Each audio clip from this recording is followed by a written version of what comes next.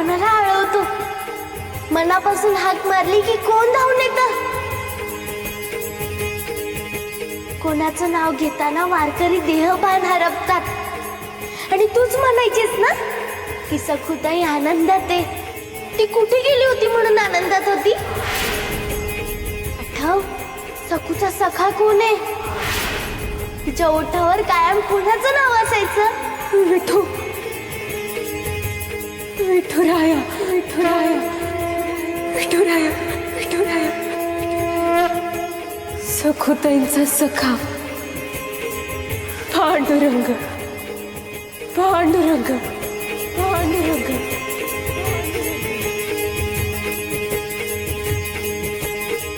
विठ्ठल, विठ्ठल, विठ्ठल. शंकर काका लवकर या. बघा, गंगा मावशीने विठुरायाला ओळखलं. गंगा मावशीने विठुरायाला ओळखलं. विठ्ठल, आपल्या विठुरायाने गंगा मावशीची आठवण परत आणली. गंगा मावशी बरी झाली. विठ्ठल, विठ्ठल.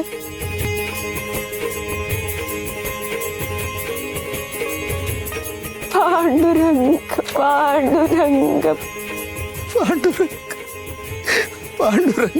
पांडुरंग, पांडुरंग.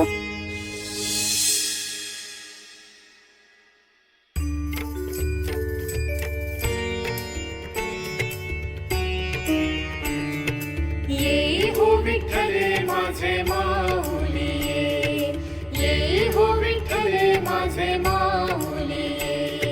निढळावरी कर, निढळावरी कर ठेवूनी वाट मी पाहे, वाट मी पाहे. ये हो विठ्ठले माझे माऊली, ये हो विठ्ठले माझे माऊली.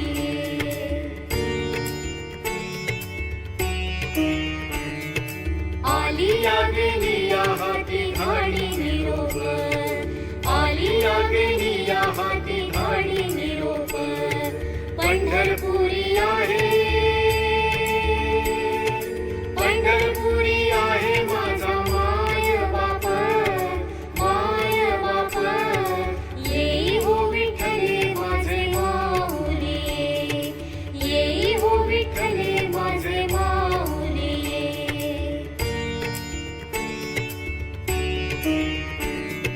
पिवळा पितांबर कैसा गगनी झळकला, पिवळा पितांबर कैसा गगनी झळकला. गरुडावरी बैसोनी, गरुडावरी बैसोनी माझा कैवारी आला, कैवारी आला. ये हो विठ्ठले माझे माऊली, ये हो विठ्ठले माझे माऊली.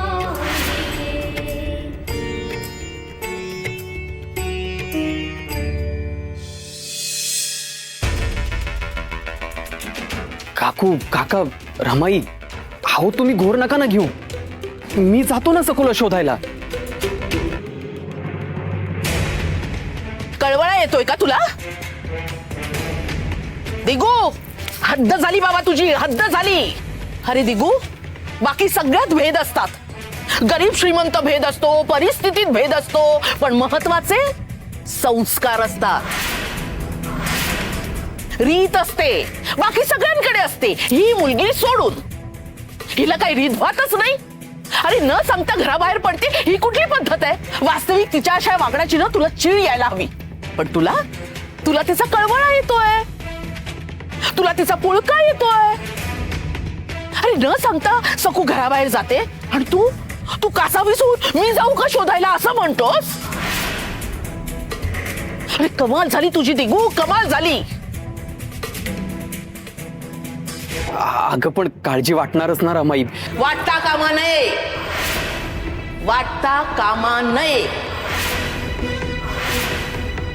तिच्या ह्या मनमानीला पायबंद घातला पाहिजे आणि तो तूच घालायला हवास. रमाई अगं हे बघ दिगू, तू परत जर सकूला शोधायला घराबाहेर पडलास ना, तर आल्यावर माझं मेलेलं तोंड बघशील, माझं मेलेलं तोंड बघशील. रमाई,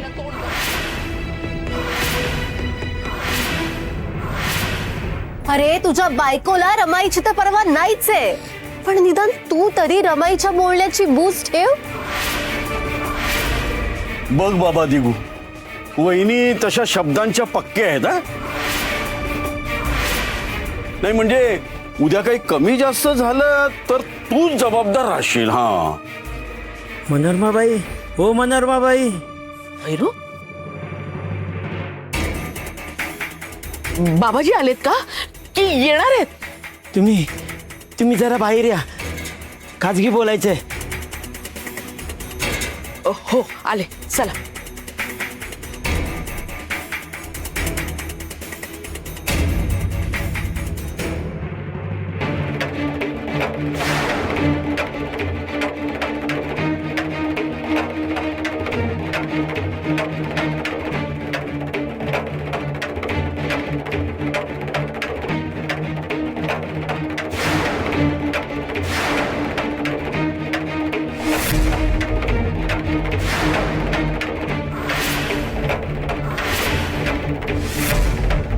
यमे, वहिनींना जबरदस्त धक्का बसलेला दिसतोय. भैरूने काहीतरी भयानक सांगितलेलं दिसतंय. हा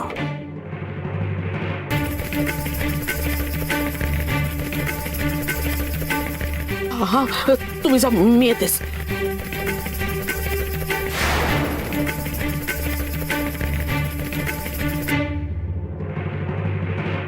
काय झालं रमाई? तुला कसला धक्का बसलाय? सखूबद्दल काही सांगितलं का भैरूनी? काही झालंय का सखूला? कुठे ती? रमाई अगं बोल ना काहीतरी. बास झालं दिगू. अरे तुझं प्रेम जरा जास्तच होतू चाललंय. सखूबद्दल एक शब्द काढायचा नाही आता. मी आता बाहेर जाते आणि मी परत येईस तोवर कुणीही कुठेही जायचं नाही की यायचं नाही. समजतंय ना दिगू? घराबाहेर पाऊल टाकलंस ना तर याद राख. अगं पण भैरूने काय सांगितलं ते तरी सांग. कळेल. योग्य वेळ आली ना की सगळं कळेल. मी जाऊन येते. छे छे छे छे छे छे छे छे. काय झालंय काही कळायला मार्ग नाहीये. पण वहिनी अशा तातडीने कुठे गेल्यात? आमच्या परमपूज्य वहिनींनी काहीतरी आत्मघातकी पराक्रम केला असणार. अजून काय?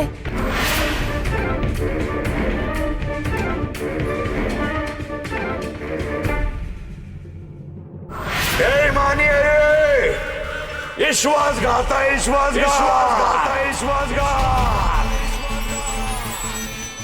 जिंगरोबाशी विश्वासघात आहे. ज्यांनी वाचवलं त्यालाच लाच घालतोय रे माकडांनो.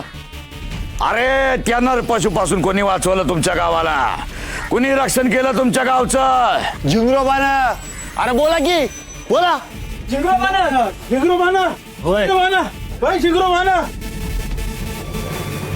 आणि मग त्या जिंगरोबाला विसरून तुम्ही या इटुरायाचं नाव घेता, त्याचा जय जयकार करता वय रे? या बघा, एक ध्यानात घ्या, एका म्यानात दोन तलवारी राहत नसतात. जिंगरोबाला दगा दिला ना तुम्ही तर मग जिंगरोबाचा कोप होईल. अख्खं गाव तुमचं मातीत मिसळल. तुमचं गाव बेचिराक होईल. समजा भस्मसात होईल. लक्षात ठेवा.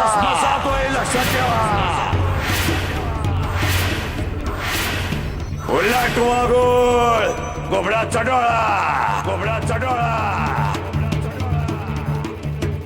आगीचा लोळ, राखीचा बोळा. दगाबाजांच्या काळ्यात गोळा.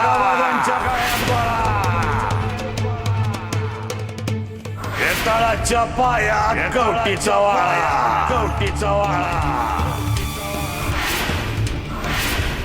हिरवी तिरवी सापाचं बेळ, बेईमानाला जिंगरोबा घे.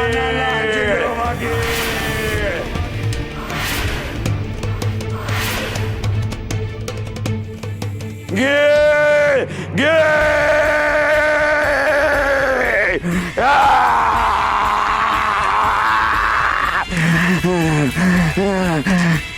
गप्पारा जिंगरोबा आले बाबाजींच्या अंगात गुरु जिंगरोबा आले बोला जय बोला जय बोला जय जिंगरोबा जय जिंगरोबा जय जिंगरोबा जय जिंगरोबा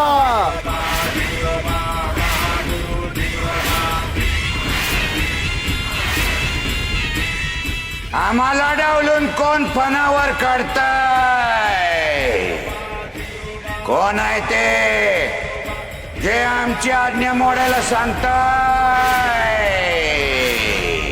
झिंगरोबा आहे आम्ही, झिंगरोबा. आमच्याशी दगा केला तर बघा मग तुमचं गाव बेचिराख होईल, तुमचा सर्वनाश करू, तुम्हा समध्यांना मातीत मिसळून टाको.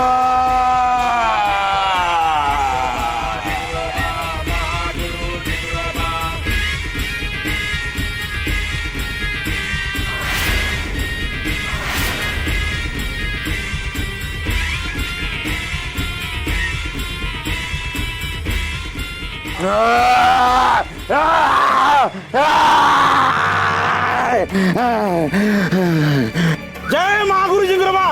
अरे ऐकलं ना वा, अरे जिंगरोबाचा जर कोप झाला तर समजी वस्ती जळून जाईल. ज्यात गंजाई शंकराबाई हे संकट आलं, जिंगरोबाचा अपमान केला, त्यांचं घर जळून टाकूया. वय वय बरोबर आहे बरोबर आहे. माझ्या होय जिंगरोबांनी सांगितलं तेच करा. गुरु जिंगरोबाचे नाव झाकून विठूचं नाव घेणाऱ्यांचं घर जाळून टाका. वय वय बरोबर आहे. ए चला रे.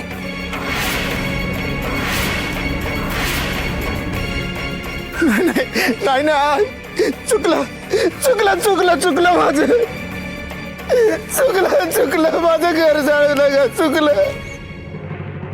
बाबाजी झालं गेलं ते विसरून जा, कणवाळू व्हाओ आणि या निरापराध माणसांचं घर नका हो जाऊ.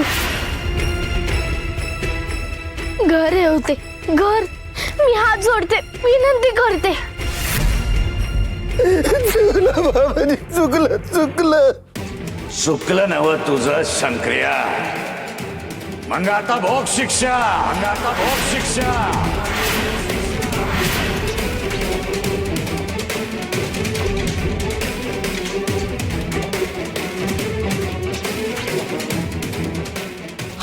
हा सगळं काय प्रकार आहे बाबाजी? बाबाजी काय झालं बाबाजी? या मनोरमाबाई या, बघा बघा तुमच्या सुनेचं प्रताप. कुठं कुठं कुणाच्या नावाचे झेंडे रोवलेत बघा. कशाला थांबलाय? अहो जा की, पळा त्याच्या पाया इटोरायाच्या. हा माथा टेकवा तिथं आणि ववाळा, तुमच्या सुनेला ववाळा. आमच्या विरोधात काय काय खेळ करते तुमची सून बघताय नव. या गंगी बरोबर नाचतीये काय, गातीये काय? झिंगरोबाचा कोप होणार होणार, अख्खा गाव बेचिराख होणार आणि हे समजा तुझ्या सुनेमुळे होणार. कळलं का?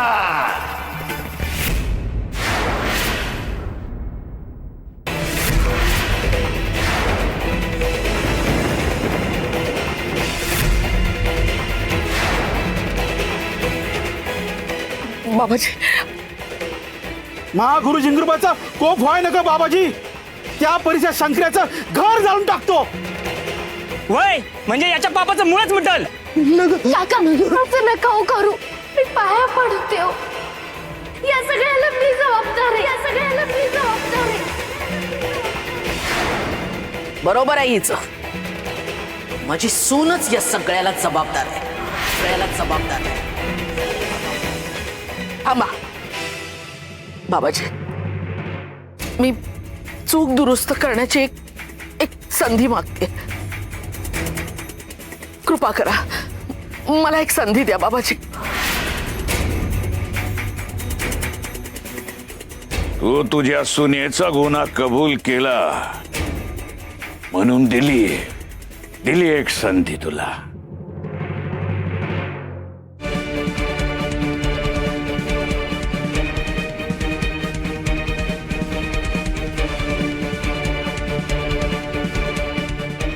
हे चित्र तू काढलंयस ना? दळिद्र आहे हे, दळिद्र आहे हे. आता तू स्वतःच हे चित्र पुसायचं, हे चित्र पुसायचं.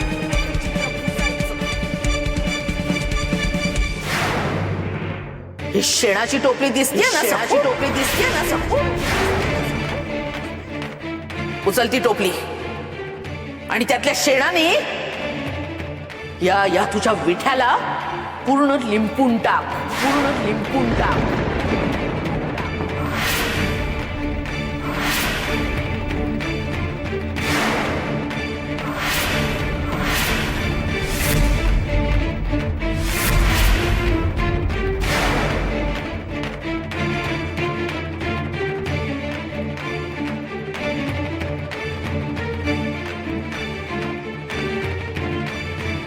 अगं उचल ना.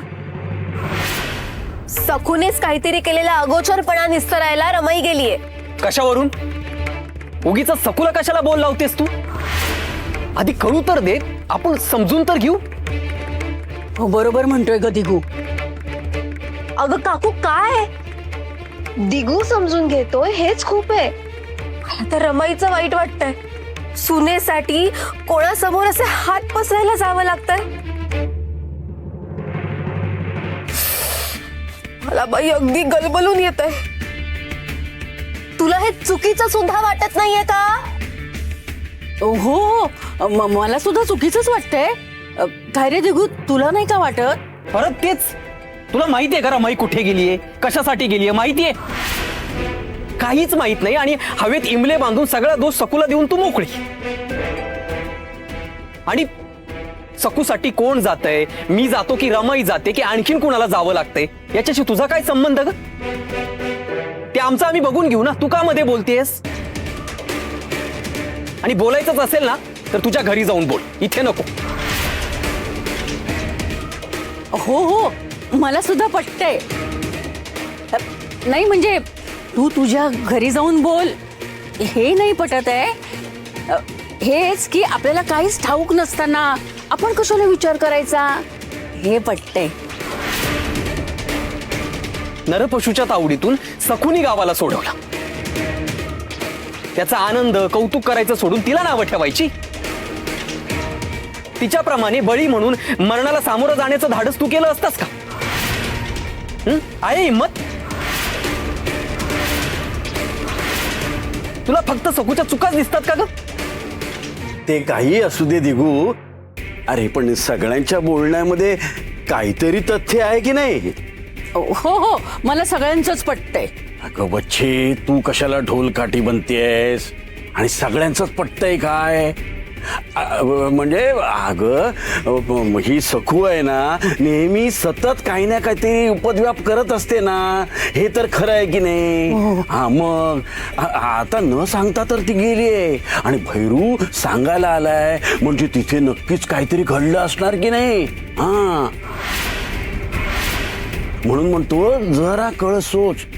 तिने काय धुडगूस घातलाय हे आपल्याला लवकरच कळेल ना.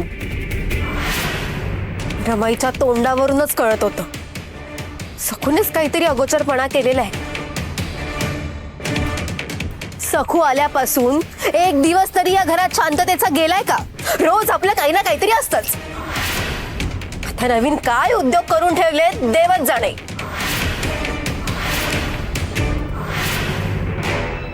सखू मुद्दाम काही वाईट किंवा चुकीचं करणार नाही. कोणाला तरी मदत करतानाच काही गोष्टी तिच्याकडून अनवधानाने घडतात.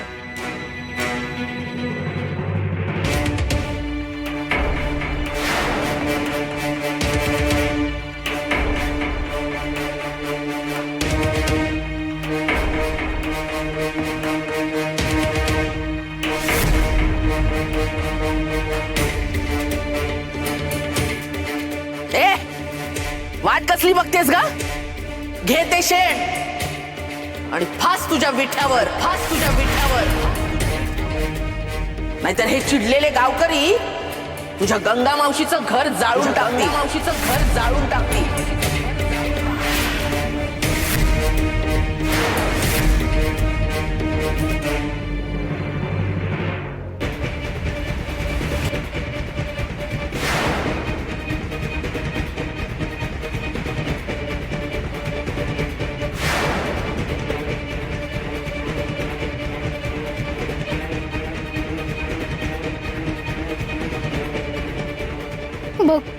माझ्यासमोर पुन्हा एक कसोटी आली.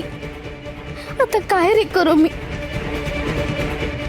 सासूबाई तुझ्यावर शेण फास असं म्हणतायत आणि मी तसं नाही केलं तर बिचारे गंगा मावशीचं घर हे निर्दयीपणे जाळतील.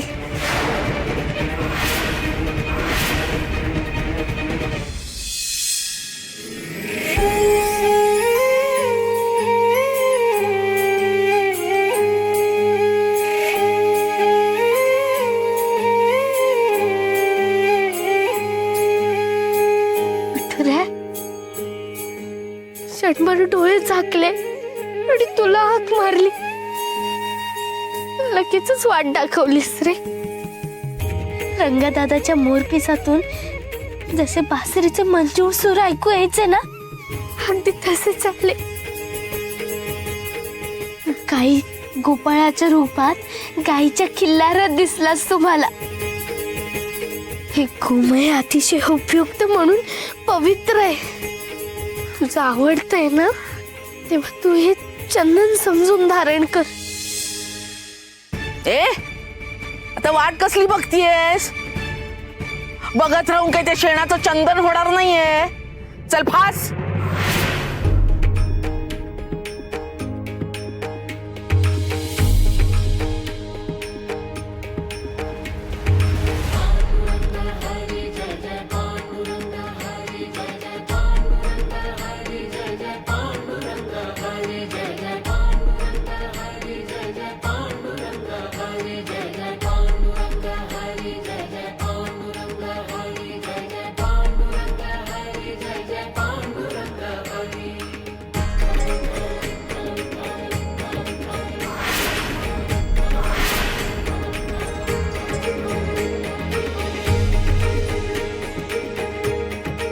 विठ्ठल विठ्ठल